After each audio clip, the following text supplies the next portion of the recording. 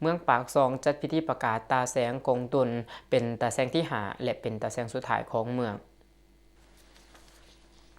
ถ่ายอาทิตย์ที่ผ่านมานี้ที่สโมสรบ้านกงตุนเมืองปากซองแขวงจำปาสักได้จัดพิธีประกาศสร้างตั้งตาแสงกงตุนขึ้นอย่างเป็นทางการโดยมีทานบุญฤทธิ์เทพบุญสูงกรรมการพรรคแขวงเลขาคณะบริหารงานพรรคเมืองปากซองเป็นประธาน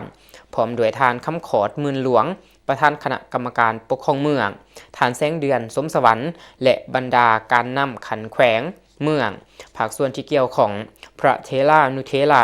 พร้อมด้วยพ่อแม่ประชาชนเขาห่วมในพิธีทานนางบัวล่อนหมื่นหลวงได้ขึ้นผ่านบทรายงานการกะเกียมก่อนการสร้างตั้งตาแสงกงตุนซึ่งเป็นตาแสงที่หาของเมืองจากนั้นทานทฤษฎีศรีสมุทรได้ผ่านขอตกลงฉบับเลขที่181ทับข้อปขจส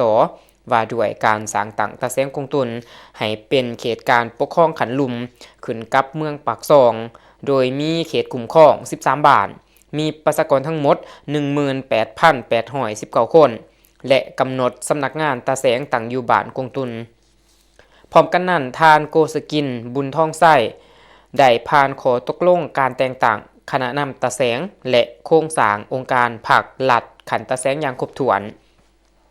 ในนั้นได้แต่งตั้งทานสิทธิศักดิ์กิ่งสลาดเป็นประธานตาแสงผอมห้องประธาน2ฐานและจัดตั้งหาหน่วยงานวิชาเฉพาะมีพนักงานทั้งหมด13ฐานเพื่อรับใช้เวียกงานบริหารการปกครองในตาแสง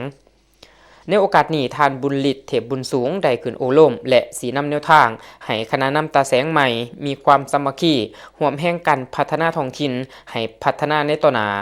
พร้อมนั้นยังได้มอบพาหนะและอุปกรณ์จำเป็นเพื่อนำใส่ในเวียกงานตาแสงพิธีได้ดำเนินไปอย่างสมเกียรติโดยมีการลั่นของเก่าบาทและเปิดป้ายตาแสงกงตุนอย่างเป็นทางการ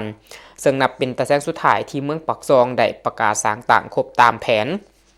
การสร้างตั้งตาแสงกงตุนมีความหมายสำคัญในการยกระดับการคุ้มครองภาครัฐให้ใกล้ชิดประชาชน